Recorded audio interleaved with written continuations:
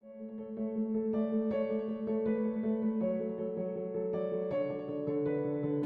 I was president of the Lancaster Chamber in 1956, and we were just really going from the Merchants Association into the Chamber of Commerce, and we had no manager. We didn't know how to manage a chamber.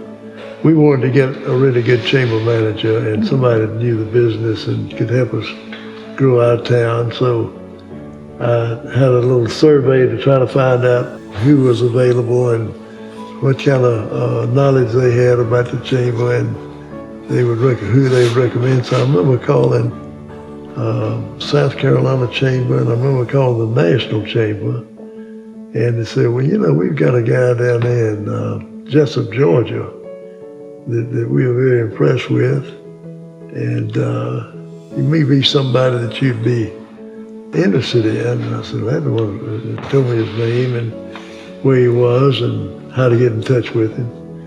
So my mother and I were going to Florida to see my sister, who lives down in Dade City at that time.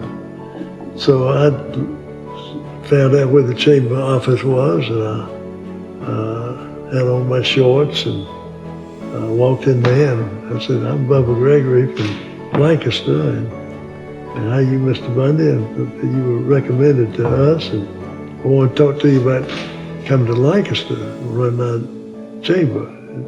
It's going to be the greatest challenge of his life because, we didn't have a prominent chamber to go to. Somebody had already built up, and he thought about it a little bit and did come up to see our town. And then he called me 2 or 3 days later and said, I'm sorry, Bubba, I'd love to be able to come to Lancaster, but I hadn't been here but a year and a half, and I just don't think it's proper for me to leave Chesapeake at this time. So I got about 4 or 5 of our friends, LaVoy Baltnight and Reese Funderburk and Dick Richards and 2 or 3 of my other friends, and we went to the telephone company and got all of us to be on a call at one time. So we called Charlie and said, Charlie, you've got to come up here. We're just going to be a great challenge, and really, we need you, and we want you to come. So anyway, he and Margaret decided to come at that time. So we've been, Charlie was here for 5 years, did a fantastic job, and we had one of the best chambers in the state and in the nation, I think, at that time. So, but that's how I had developed, and we've been great friends ever since then. I was trying to make a decision about whether to move or not, and I was being very critical, but I started out with a good impression of Lancaster because my grandfather had a farm in Cherokee County, and we drove from my hometown of Cheraw to Gaffney many times, and we came right through downtown Lancaster, so I was familiar with it.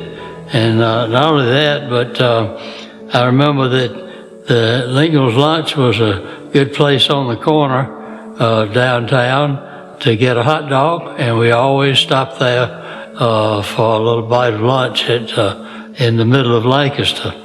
And I felt like it was sort of a moving place. I'd seen that big textile mill when we came through town. I didn't know who owned it, anything about that. So I started out with a preconceived positive notion about it, and then I got Bubba arranged for me to spend the night when I came up here, and I was booked into the Ellen Hotel, which is nothing much left now, but it was the hotel in town, and it was very comfortable, and so we went from there.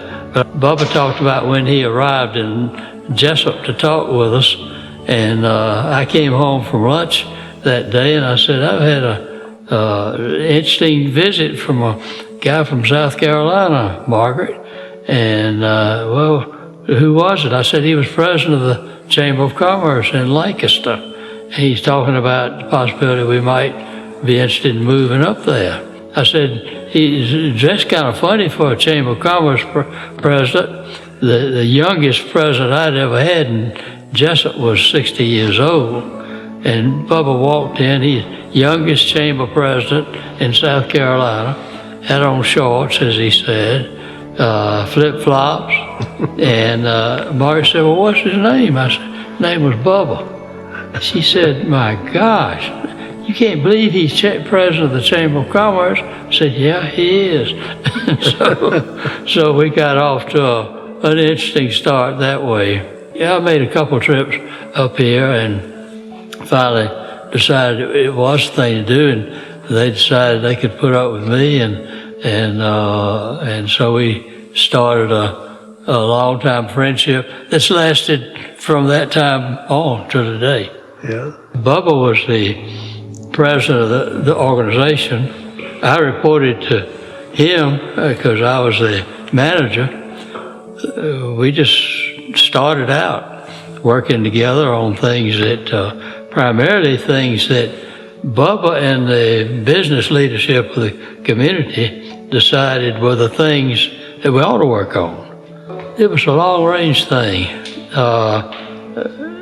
Bubba and the business leadership then emphasized that we needed to build a community, and because we had one industry really, that was textiles at Springs, and everybody loved it and they were proud of it, but we knew we needed diversity, and that was a tricky thing to. First of all, we didn't want to offend Colonel Springs by having him think we weren't happy with him, but we did need diversity, and in the building of the community, that led to other things, recreation programs. It ultimately led to the formation of USC Lancaster by getting an extension center of the university here. That strengthened the community, made it more attractive, and we were involved in even tourism promotion. We developed a brochure about Lancaster and distributed that brochure all the way up 21 to Canton, Ohio. Now, how many people saw the brochure, I don't know, but we were doing the best we knew how to do, and we did a lot of things just along that line. Charlie was a great leader and did a wonderful job in that capacity. And we begged him to stay when he left for the U.S. Chamber 5 years later. Later in life, I hired him for another job that I had at Bill Supply to get him back in. So.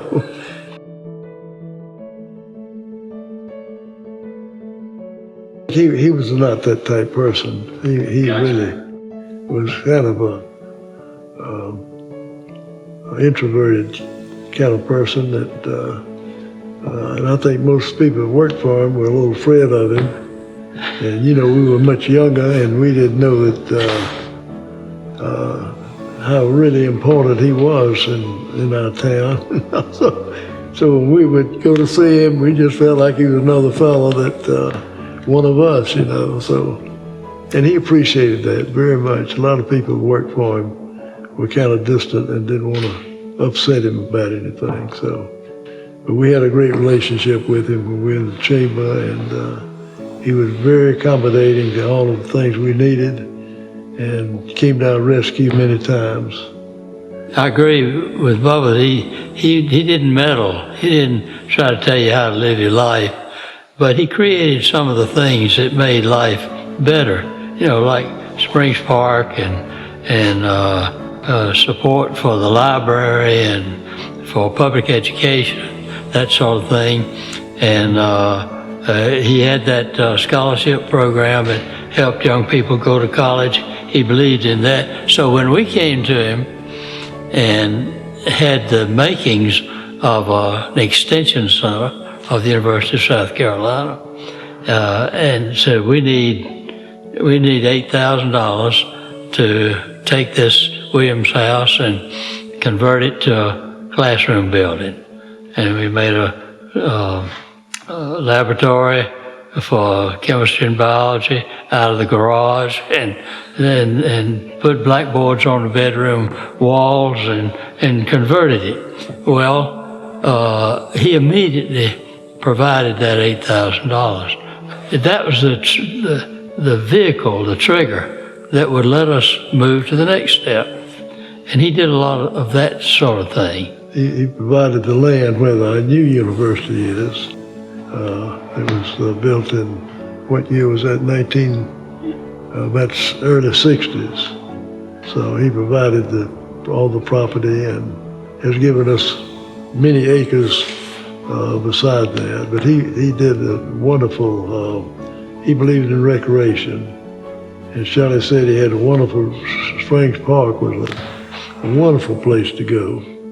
And had an Olympic swimming pool there and Ferris wheel and merry-go-round, and it was just 10 miles away from town, so that was the thing that we all did in the summertime. He also had Springs Beach and provided a place for people to go to the beach, very reasonable price. He was very instrumental in building things that helped make Lancaster better. Well, I think a lot of the things we did helped him do some of the things he wanted to do, but he couldn't order it done and go out and do it, you know, even with all his money and power. And I remember that Bubba and I went over to talk to him more than once, and I remember when we talked to him about the Extension Center, he said, you know, I like that idea. And then we got the support for it. And I remember telling him, I said, Carl, we need a hotel in Lancaster. We don't have a place for the people coming here. We don't have a place for them to stay. And he said, well, I'll give a little thought to that. Well, pretty soon he built the hotel on 521. So that's the kind of thing that I think he appreciated, us letting him know what Lancaster needed. He always came to the rescue, where it was money or property or whatever. He was always there to help us out. But it was a fun time, I would say, because as Bubba has intimated, we were young and active and didn't know what couldn't be done, and we weren't afraid of him. We respected Carol Springs. We weren't afraid of him, and you put all those things together, and then things happen, and you got people like, I could mention some of the downtown merchants that fought each other like cats and dogs for sales, but when it came to something for the good of the community, they kind of came together, and they worked with us, and they made a lot of this happen too. I think about the major department stores, Collins Dunn, Belk's, B.C. Moore, and J.C. Penney and McConnell Myers, people like that. That was a strong group of people. That was part of the merchants group that Bubba was referring to. And they gave us tremendous support. Yeah. Well, the first thing we had to do was finance the organization. The Merchants Association was charging $2 a month for dues. Yeah. Well, you can imagine how much that would raise and how far it would carry us. And Bubba knew he had to, if he was going to have a more active organization, he had to have more money. And the chamber also ran the credit bureau at the time. It was operated by the Chamber of Commerce.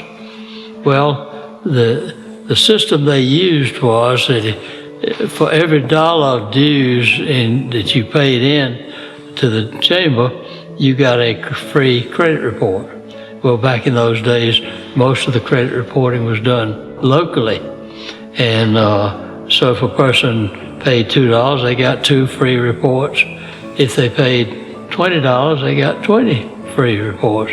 That was an incentive for people who needed that sort of service. That was an incentive for them to pay more. And then Bubba mentioned Colonel Springs and his support. I remember we went to see him, and I think Bubba was saying to him, Colonel Springs, we need you in the Chamber of Commerce. He said, well, nobody's ever asked me. That's right. Was it that afternoon or the next afternoon, he sent us a check for more money than we'd ever seen. I think it was $1,200. Compare that to $2 a month. But that was the first challenge, was to finance the chamber, and people once again responded well. So I was 26 years old then. Charlie was 24 years old, so we had a great time, had a great chamber, Yeah. accomplished an awful lot.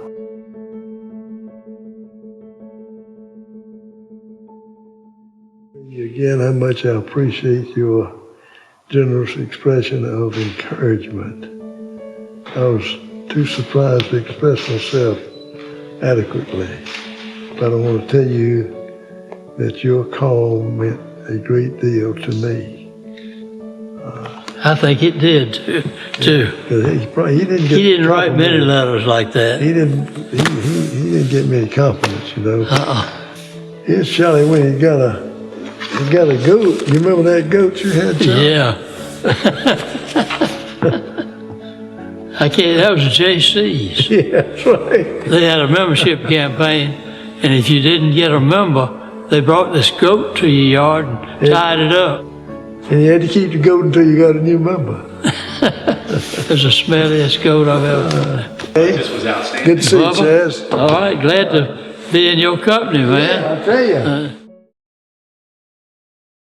I remember I took that goat to another member, and his mother was visiting him from Cross, South Carolina. That's down near Charleston. And I remember we took the goat to her yard, and he wasn't there, but his mother was there. And she said, what you doing to this goat? And we said, we're bringing it because he hadn't, I can't remember his name now. But your son hadn't gotten a new member.